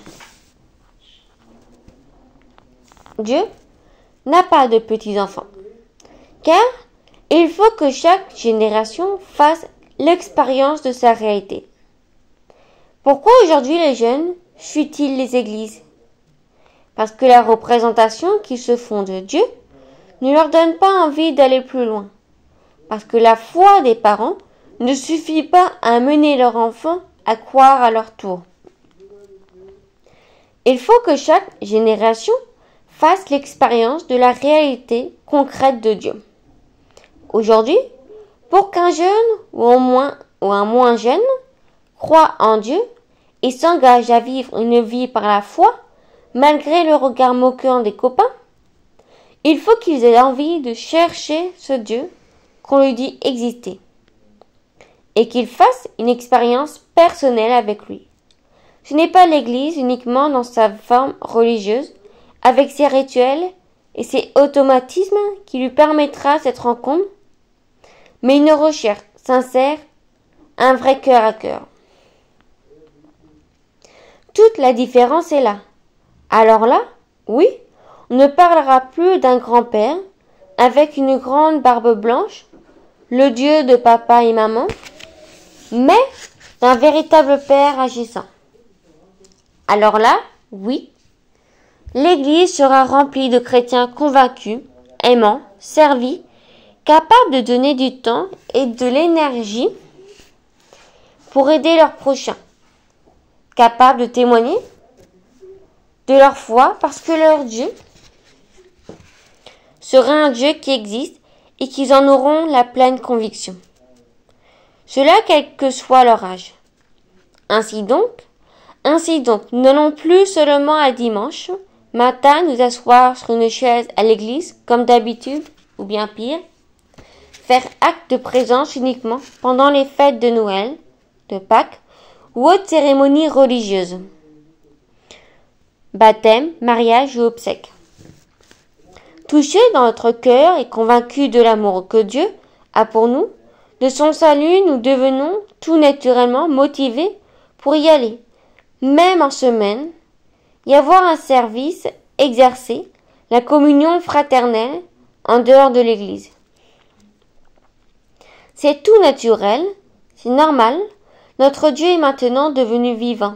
Dans notre vie, tout change notre manière de voir l'église et de nous y impliquer aussi. Relation, un échange dans la prière. La différence se fait donc dans ce cœur à cœur. On prie et Dieu répond. Évidemment, et répond comme il veut, pas comme nous le voulons. La différence se fait là, dans la communication. Avant, je prenais le téléphone de mon intelligence et je parlais. Mais il n'y avait pas de réponse au bout. Maintenant, il y a une réponse car je téléphone avec mon cœur. Et c'est cette réponse qui peut nous amener à modifier notre comportement, nos décisions, nos désirs et projets. Voilà une relation authentique. Malheureusement, ce manque de relation vraie a produit autour de nous des contre-témoignages. Contre-témoignages, il n'y a rien qui me fait plus de mal. Voir un contre-témoignage, de quoi s'agit-il?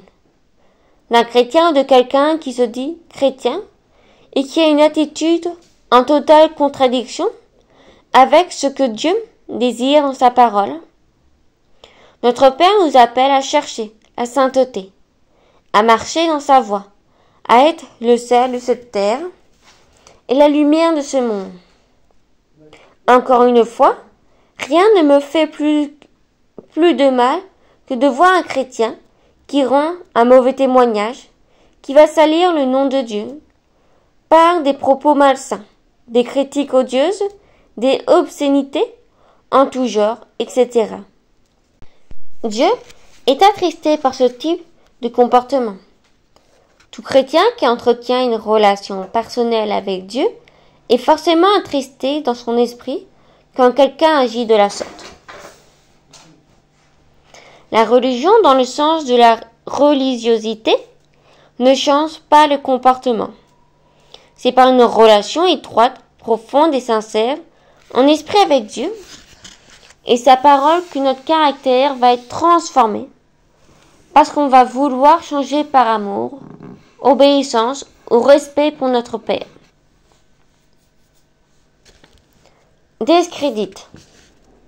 C'est un fait certain que nos religions ont tellement fait de mal autour d'elles, en dénaturant l'unique message d'amour de Dieu, qu'elles ont plus amené les personnes à se détourner de Jésus qu'à le rechercher. En voici une nouvelle illustration convaincante qui appuie cet état de fait. Désespéré de ce que son fils était devenu chrétien, un Japonais s'adressa à un prêtre bouddhiste et lui dit : « J'ai tout essayé pour détourner mon fils de cette religion, mais sans résultat.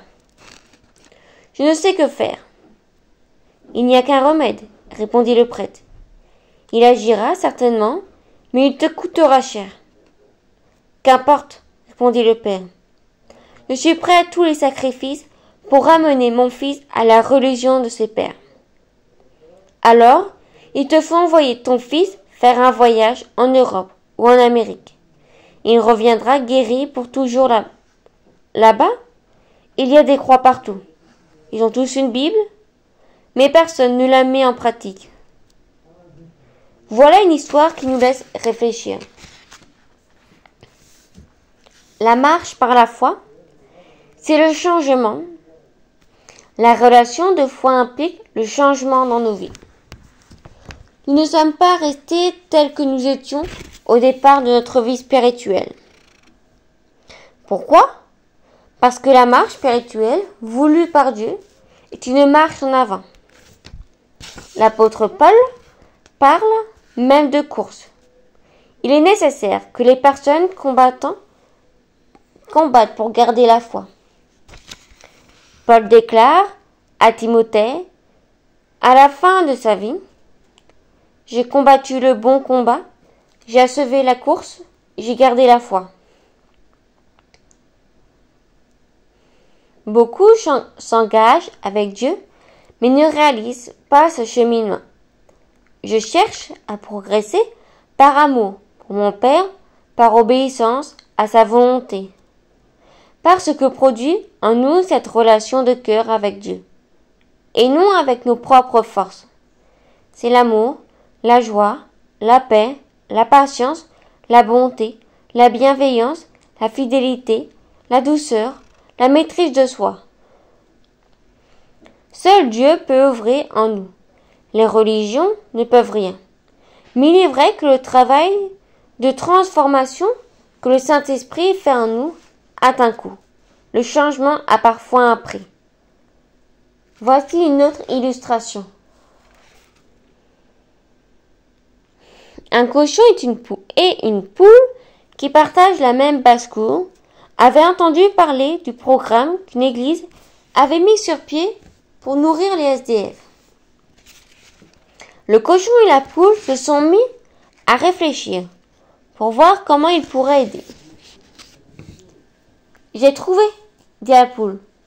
Nous allons donner à l'église du jambon et des œufs pour nourrir les affamés. Le cochon réfléchit à cette proposition et dit: il y a une chose qui ne va pas avec ton idée d'œufs et de jambon. Pour toi, ça exige seulement une contribution. Mais pour moi, ça exige un sacrifice total. Voilà donc une histoire amusante qui symbolise bien la marche du chrétien. Il nous faut parfois abandonner notre orgueil, nos successibilités, nos colères, nos jalousies, nos égoïsmes et tant d'autres choses encore qui peuvent être des contre-témoignages. La vie chrétienne a un prix, mais nous y gagnons la vraie vie. Il y a un prix à payer. On pense au jeune homme riche qui a fait demi-tour parce qu'il n'a pas voulu aller plus loin avec Jésus dans l'évangile de Matthieu. Simplement par grâce. Nous sommes sous la grâce. Dieu nous fait un merveilleux cadeau que nous ne méritons pas. Il s'agit de son amour et de son pardon. Pour chacun de nous, et quelles que soient les difficultés, les épreuves que nous affrontons, ce n'est pas par nos propres forces, mais avec sa force que nous arriverons à cheminer à ses côtés.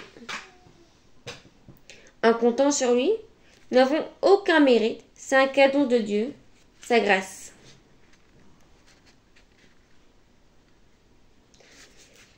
Une relation réelle avec notre Père est un témoignage puissant.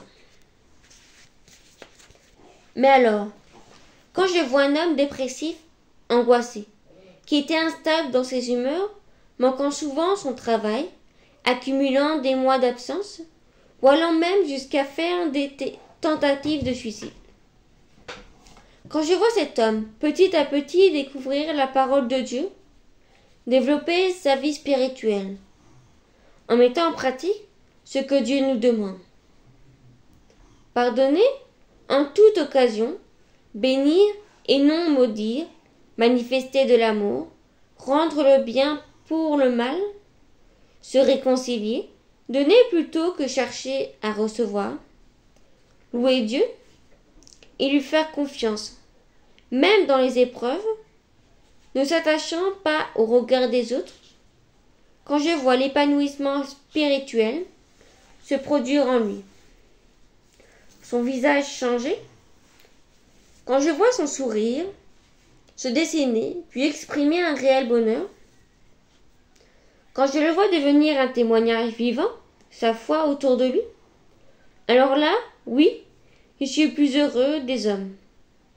Parce que je sais que cette relation de cœur avec notre Dieu est véritablement la solution à tous nos malheurs. La dépression ne résiste pas. Sachant que Dieu est la lumière du monde. Je crois fermement que la foi est une réponse aux gens dépressifs dans nos églises. Car ce qui est certain, c'est que rien ne résiste à la puissance de l'amour de Dieu. Et si cet amour est répandu dans nos cœurs par le Saint-Esprit, alors les ténèbres, l'angoisse disparaissent naturellement, petit à petit. Pas par un coup de baguette magique, mais au fur et à mesure qu'on laisse l'Esprit de Dieu éclairer notre âme, qu'on le laisse penser nos blessures de passé, nous amener à vivre le réel pardon, une vraie réconciliation en nous soumettant à sa volonté. La dépression, c'est très particulier, car il faut souvent du temps pour guérir. Mais si la personne persévère dans sa foi, s'accroche fermement, alors la guérison est assurée. Encore une fois, cela a un prix. Il y a des choses à lâcher, mais quel bonheur quand on peut ensuite goûter à la vraie liberté. Une louange débordante. Quand une relation de cœur avec Dieu se développe, quand la transformation s'opère véritablement, alors nous ne manquons pas de le louer, de l'adorer en esprit et en vérité. Alors là oui, nous explosons de joie parce que notre foi n'est pas ou n'est plus fondée sur une relation uniquement, mais bien sur une relation vraie et profonde. Une prière exaucée, et c'est le cœur qui déborde de louanges. Quelle joie quand Dieu exauce une prière, lorsque telle est sa volonté. Je me souviens particulièrement d'une réponse positive à ma prière. C'était tellement incroyable qu'à la réunion des prières du mardi soir, au moment de la louange, je n'ai pas pu me contenir et je louai mon Dieu à haute voix. Les bras levés au ciel, remplis de joie et d'amour pour celui qui venait d'intervenir dans ma faveur. Cela me fait penser à Pierre et Jean, qui prient pour les boiteux devant la porte du temple de Jérusalem. D'un coup, ce dernier retrouve des chevilles fermes. Il se met debout d'un bond et entre avec eux dans le temple, marchant, sautant de joie et louant Dieu. Imaginons-le, à ce moment-là, il avait dû oublier toutes les bonnes manières, les condescendances ou la bienséance, mais cela devait être une véritable explosion de joie. Voilà le fruit d'une vraie louange qui déborde d'un cœur touché. On ne peut le contenir. Voilà le fruit d'une véritable expérience relationnelle. Religion ou évangile? Ce ne sont donc pas nos religions qui ont raison, car de chaque côté des écarts ont été commis parfois terribles. Les religions sont imparfaites, parce qu'elles ont été construites, façonnées par des mains d'hommes, bâties sur des croyances et superstitions. Pourtant, de temps à autre, de bonne foi, mais fréquemment je ne sont d'elles pas écartées.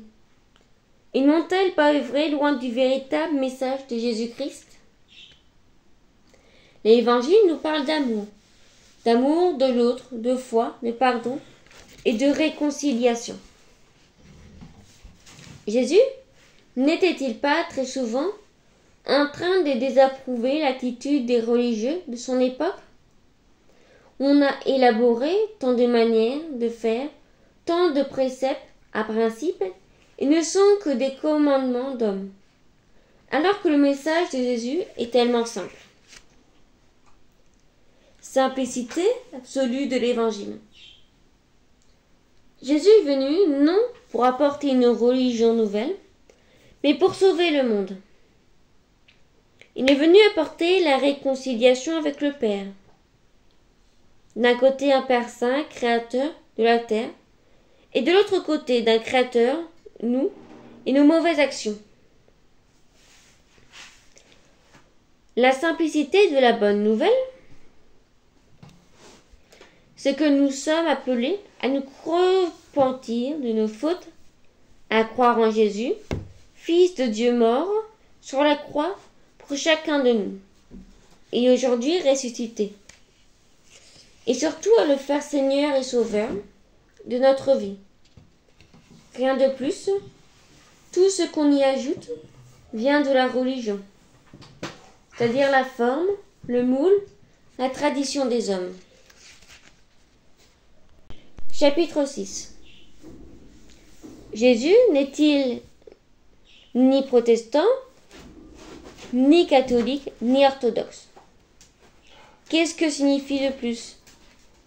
Est-ce l'attachement obligatoire et définitif des personnes à une religion, à une manière de faire fixer une foi pour toutes, ou bien est-ce leur épanouissement dans leur vie spirituelle?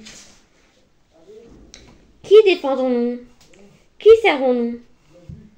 Est-ce une religion, une église en particulier?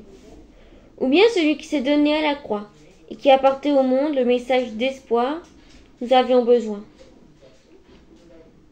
Je pense que le plus important est que les personnes ne possédant pas la foi la trouvent. Ainsi en est-il avec Saïd, avec moi-même et des millions d'autres.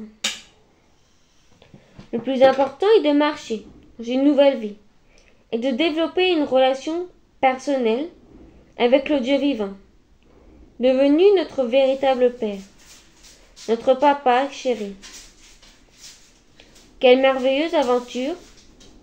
Jésus n'était ni protestant, ni catholique, ni orthodoxe, mais il est amour, paix et réconciliation.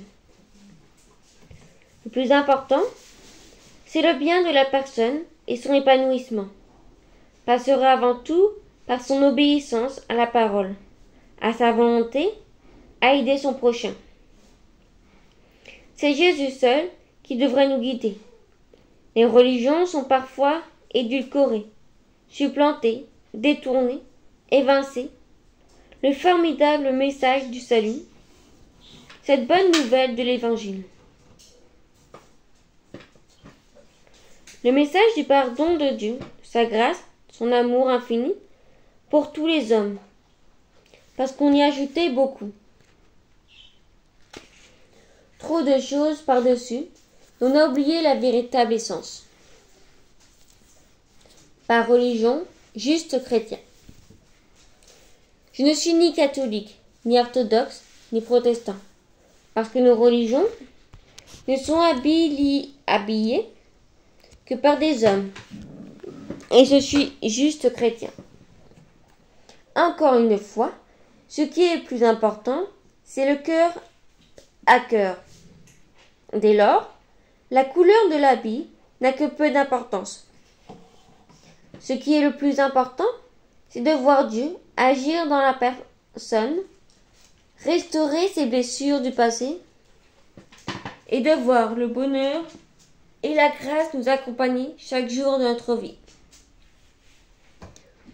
Je suis catholique.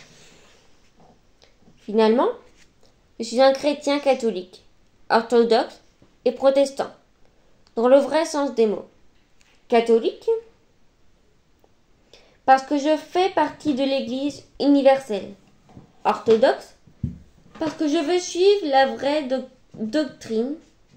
Et protestant, parce que je veux protester contre tout ce qui est rajouté et retranché de la simplicité du message de l'Évangile. Voilà l'Église au travail, comme les premiers chrétiens. De quelle Église rêvons-nous? Une Église comme nous aimerions vivre. À chacun de faire le nécessaire pour que cela change, à travers sa relation avec Dieu. Aristide, auteur grec, s'adressait à l'empereur Hadrien, en évoquant la vie des chrétiens au IIe siècle. Ils s'aiment les uns les autres, ils ne vacillent jamais d'aider les autres, ils délivrent les orphelins de ceux qui voudraient les frapper. S'ils donnent quelque chose, ils le donnent librement à celui qui n'a rien. S'ils voient un étranger, ils le prennent dans leur foyer et sont heureux, comme s'il était un frère réel. Ils ne considèrent pas eux-mêmes comme frères dans le sens usuel, mais comme frères par l'Esprit en Dieu. Un beau programme, non? Je veux m'efforcer, humblement, de m'en rapprocher. Mais il n'y aura jamais l'Église parfaite sur terre, parce qu'elles sont toutes constituées d'hommes et de femmes imparfaits. L'Église, à quoi bon? Après la lecture de ce livre, on pourrait se dire, et l'Église, à quoi bon? Malheureusement, beaucoup de chrétiens sont sans église, parfois déçus, parfois découragés, en choisissant de rester chez eux sans avoir de vie d'église. C'est un contrat, mais nécessaire de bien comprendre que s'éloigner de l'église, c'est être en complète contradiction avec le message de Jésus, qui est venu pour rapprocher et unir des hommes et des femmes entre eux avec le Père. La prière de Jésus dans l'évangile de Jean chapitre 17 en est la preuve évidente. Ce n'est pas pour eux seulement que je prie, mais encore pour ceux qui croiront en moi par leur parole, afin que tous soient un, comme toi, Père, tu es en moi, et comme je suis en toi. Enfin, qu'eux aussi soient un en nous, pour que le monde croie que tu m'as envoyé. Je leur ai donné la gloire que tu m'as donnée, afin qu'ils soient un comme nous sommes un, moi en eux et toi en moi, afin qu'ils soient parfaitement un, et que le monde connaisse que tu m'as envoyé, et que tu les as aimés comme tu m'as aimé. Un chrétien ne peut pas entretenir une réelle vie de foi seul dans son coin, car rapidement, sa foi se refroidira et perdra tout son sens. C'est en étant confronté aux autres qu'il grandira spirituellement. D'où la nécessité d'avoir une vraie vie d'église. C'est pour cela que nos églises sont à vivre, à aimer, à soutenir. C'est pour la pratique d'une vie d'église que nous allons progresser dans notre vie spirituelle. Apprendre à aimer Dieu et notre prochain, partager, donner, servir, pardonner. Nous réconcilier, encourager, témoigner de notre foi. Cela peut-il se faire seul? C'est seulement possible grâce à l'Église. Jésus est venu, non pour isoler, mais pour unir des hommes et des femmes, différenciés autour d'un même message et de son amour. Oui, nos églises sont à vivre, à aimer et à soutenir. Le changement se fait aussi par l'Église. Finalement, Dieu a changé ma vie.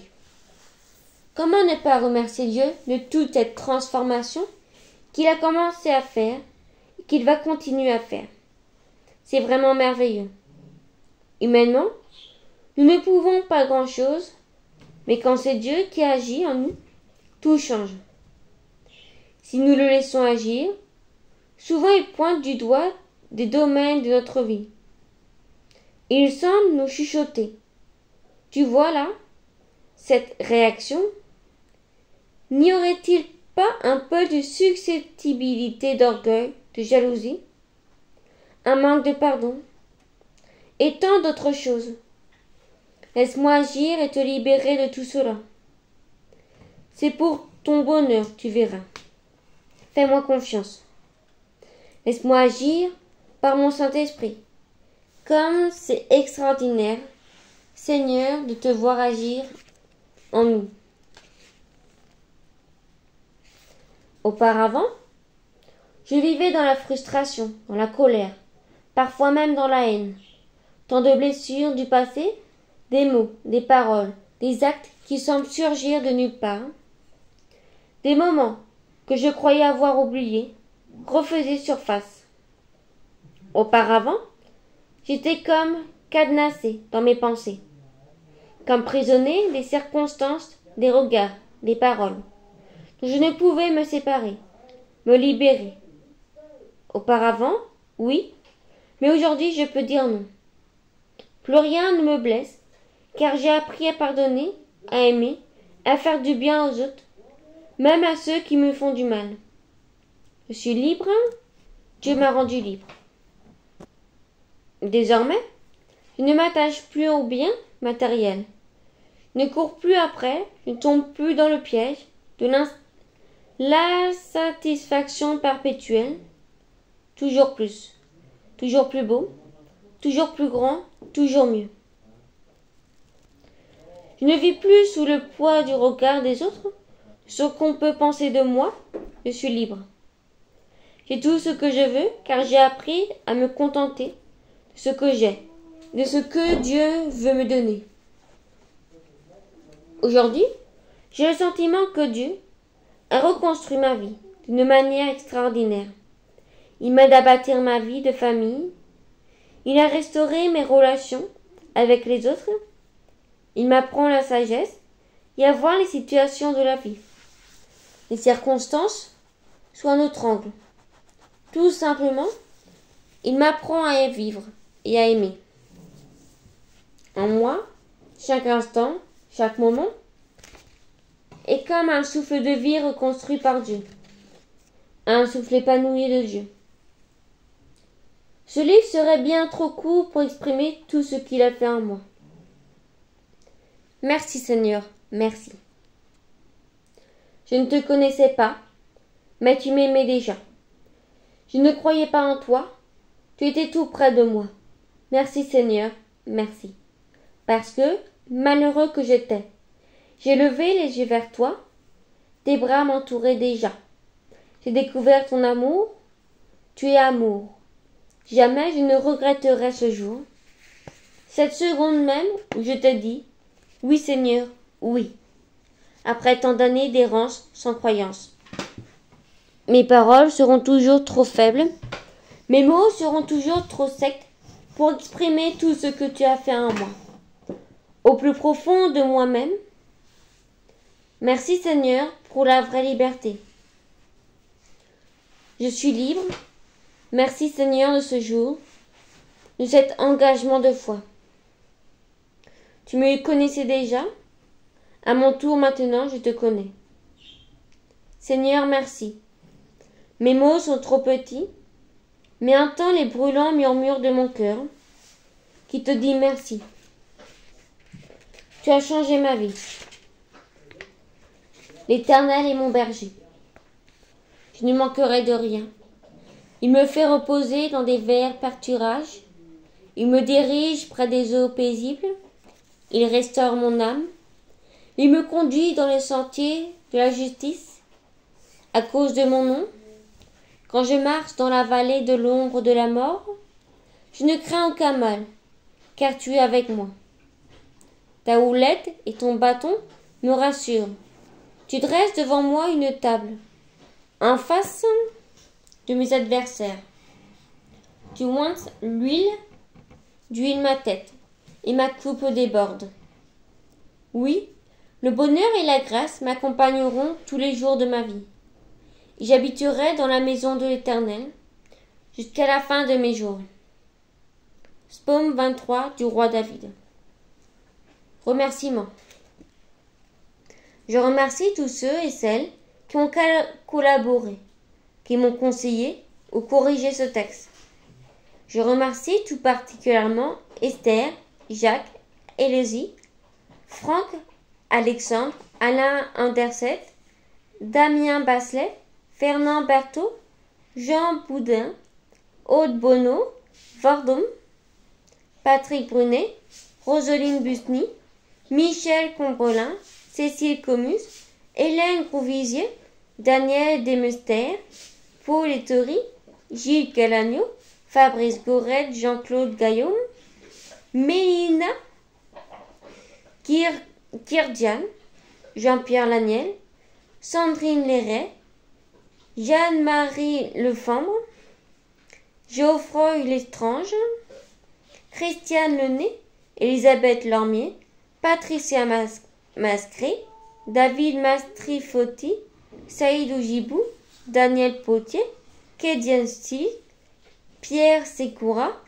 Skitchup Miskaël Soigneux, Jean-Claude Spizza, Lionel Thébault.